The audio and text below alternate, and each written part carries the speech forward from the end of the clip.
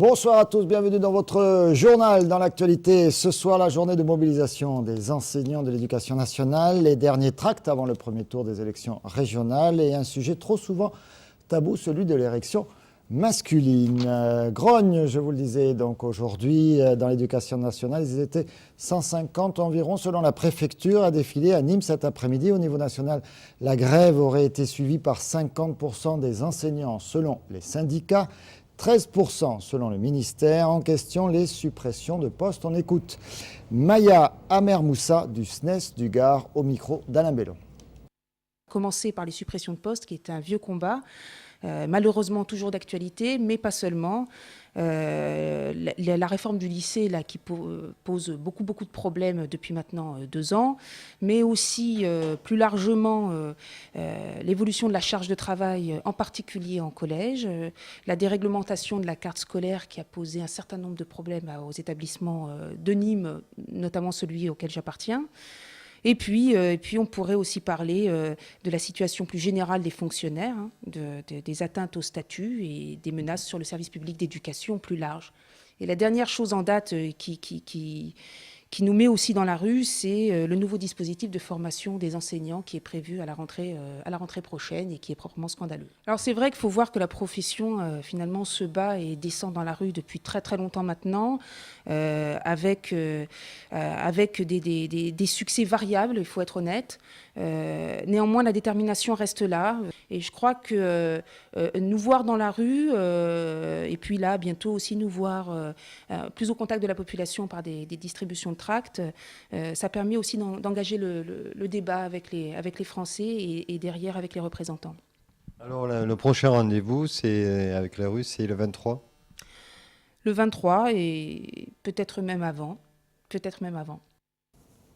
Dans le cadre de la campagne de vaccination contre la grippe H1N1, rappelez-vous, c'est sur la base du volontariat que les infirmières avaient été recrutées en novembre 2009 pour travailler dans les centres de vaccination.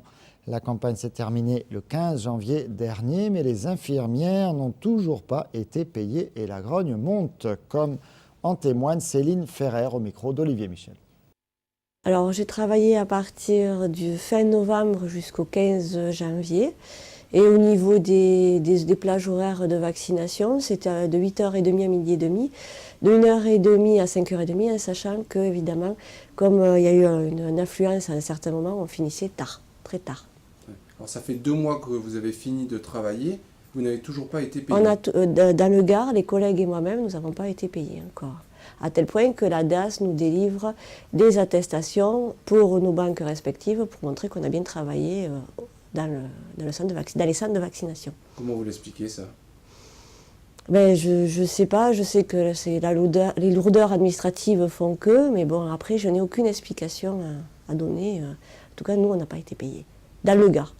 Et vous attendez quoi alors ? On attend que déjà d'être payés, d'informer les gens aussi, parce que je pense que c'est important que les gens sachent que pour l'instant, nous, on n'a pas été payés, et on espère être payés assez rapidement. Maintenant, je ne sais pas. Comment vous faites pour vivre ?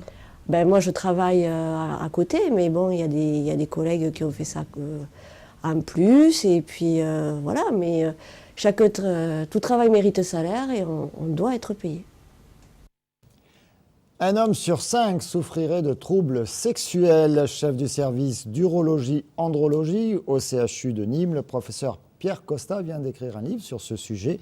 Il y aborde les différents troubles, leur guérison, mais aussi leurs conséquences sur la vie du couple.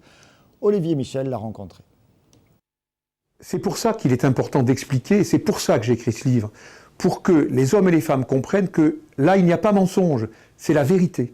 On peut tout à fait aimer, désirer, et avoir son érection bloquée par son anxiété, c'est la première fragilité de l'homme.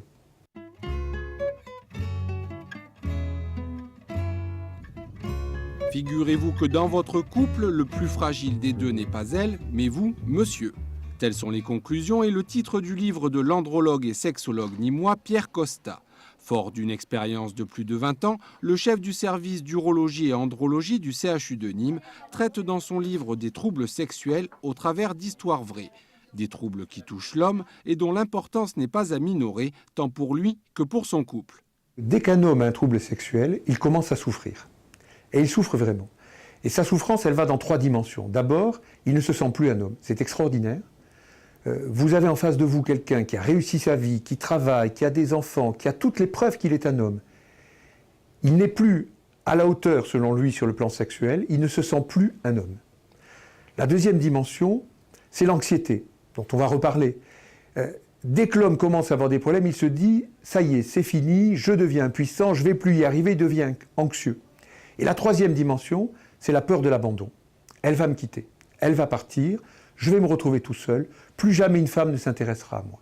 L'homme va alors se replier sur lui, ne plus communiquer au sein de son couple, voire développer colère et agressivité. En matière de sexualité, c'est donc la femme qui est la mieux armée par la nature. Et dans une société égalitaire, où la femme revendique son droit au plaisir, après la première panne, l'homme peut perdre tout contrôle sur son érection et son éjaculation et développer cette anxiété de performance. L'anxiété de performance qui est le fait qu'un homme se projette dans le futur et donc il imagine comment il va être. Et s'il a des inquiétudes, il se dit « je ne vais pas y arriver ». D'où cette anxiété par rapport à la performance, c'est-à-dire à sa capacité à être performant, à réaliser quelque chose, à faire quelque chose. Quelquefois, ça peut aller trop loin. C'est-à-dire qu'on va tellement penser au plaisir et à la performance qu'on va oublier l'échange. Et puis on va oublier surtout que le plaisir de la femme est beaucoup, au départ, dans le vécu qu'elle a de la relation que dans l'acte technique lui-même. Une femme aura un plaisir d'autant plus grand qu'elle est bien avec son compagnon, qu'elle en est amoureuse, qu'elle a le sentiment que cet homme l'aime sincèrement, qu'il la respecte et qu'il l'estime. Elle va chercher plus la qualité de la relation que la technique à proprement parler. Si les pilules bleues et autres injections peuvent pallier à l'absence d'érection, le professeur souligne la dimension psychologique des troubles sexuels, d'où la nécessité de consulter et surtout à deux. Il préconise à l'homme d'accepter et d'intégrer sa fragilité et de se recentrer sur sa relation de couple plus que sur la performance, ce qui ouvrirait les portes d'une vie sexuelle différente et plus épanouie. Voilà, vous avez le week-end pour y réfléchir. Ils sont 12 000 dans le Gard à attendre ce 13 mars. Je parle bien sûr des pêcheurs de truites. Mais avant cette journée, l'Union des pêcheurs nîmois prépare le terrain. Reportage Alain Bello.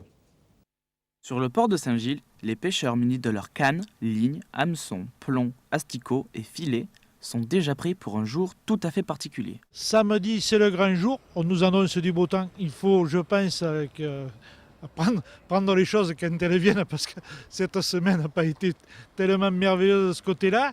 Mais je pense que le temps va être avec les pêcheurs. On va se faire plaisir au bord de l'eau, se lever de très bonne heure, pour ne pas dire vers 2h30, 3h du matin, pour pouvoir monter et être à l'ouverture dans la première catégorie, c'est-à-dire du côté de Saint-André de Valborgne, et pour avoir quelques bons coins de pêche, quoi. Pour l'ouverture de la pêche, ce n'est pas moins de 12 000 pêcheurs du Gard qui sont prêts à pêcher les truites lâchées dans les différents points d'eau de toute la région. Aujourd'hui, on a fait de Moussac jusqu'à Dions, puis Saint-Gilles, et on a mis environ 400 kg de truites pour préparer l'ouverture. On va en remettre dans un mois, un gros mois, pour que la saison les pêcheurs puissent se faire plaisir, je dirais davantage.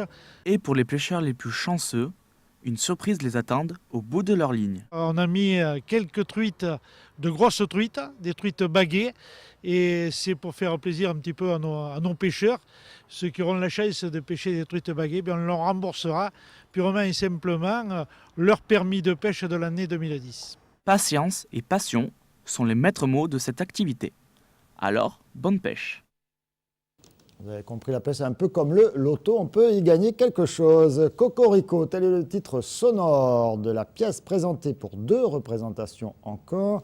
Ce soir, vendredi et demain, samedi 13 mars, vous êtes allé à la pêche l'après-midi et le soir, vous allez au théâtre. À l'Odéon à Nîmes, Patrice Thibault et Philippe Léniac forment un duo comique, époustouflant. Sans un mot, ils livrent un jeu à 2 proche de la virtuosité. Et je suis incapable de vous lire ce qu'il y a écrit jusqu'au bout. C'est écrit par Nicolas Pinchino, c'est lui qui a fait le reportage.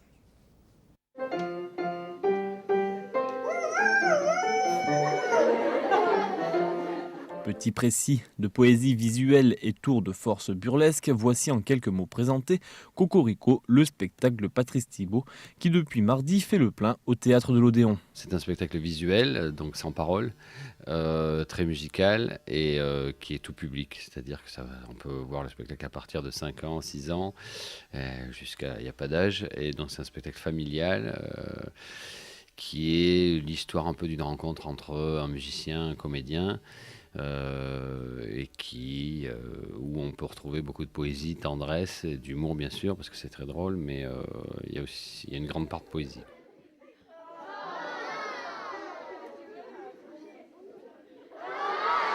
Accompagné sur scène par Philippe Léniac, Patrice Thibault joue les mimes bricoleurs des symphonies gestuelles en se basant sur des petites manies et gestes du quotidien.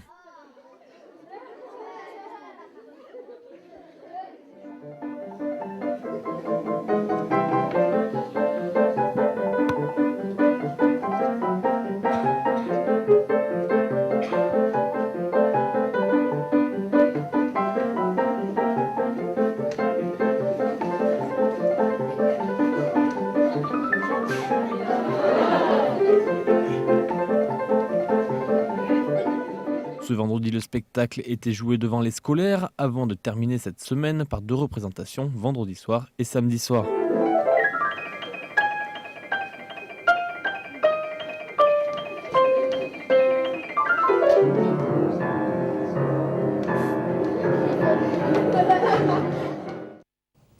À ne pas manquer, toute autre chose, la lutte se donnera en spectacle ce samedi à Nîmes. Si vous désirez tout connaître sur la lutte gréco-romaine, voir des combats ainsi que des médaillés olympiques, il y en a, ce sont des Français. Il faudra être donc ce samedi après-midi au gymnase Camard qui accueille la 2e Coupe du littoral méditerranéen. Alain Bellon nous détaille cette journée. Le comité régional de lutte du Languedoc-Roussillon et le club Nîmes Lutte organisent ce samedi une compétition où plus de 100 compétiteurs seront présents.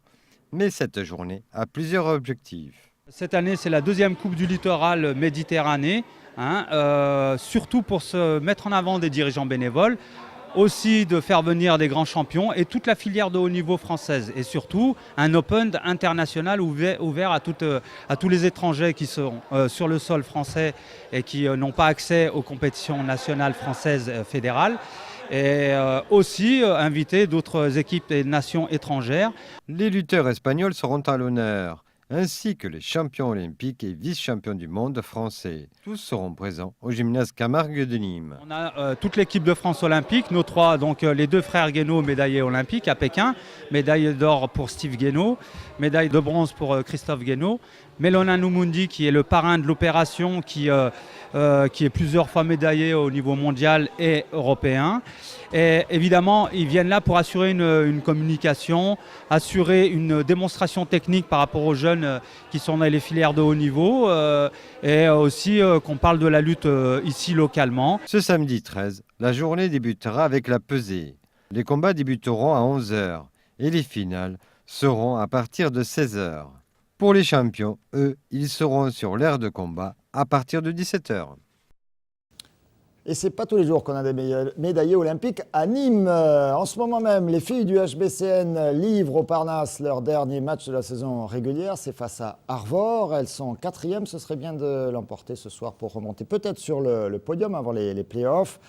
C'est au Parnasse. Vous faites quelques centaines de mètres. Vous vous retrouvez au Costières pour la 28e journée à partir de 20h30 de la Ligue 2. Nîmes Olympique reçoit Châteauroux, la Berrichonne qui est 18e relégable donc. Et puis l'enjeu pour les Crocos ce soir, c'est peut-être d'atteindre, en cas de victoire, les 44 points qui seraient synonymes de maintien dès cette 28e journée. L'année dernière, rappelez-vous, il avait fallu attendre la toute dernière journée, la 38e, pour atteindre ces 44 points et le soulagement. Voilà, donc bonne chance aux hommes de Jean-Michel Cavalli. Moi, j'y cours au match. Merci à tous d'avoir suivi ce journal. Très, très bon week-end. Rendez-vous, rappelez-vous, dimanche soir pour la grande soirée électorale sur Télémiroir. Les résultats, les invités, les débats, les réactions des uns et des autres. À dimanche.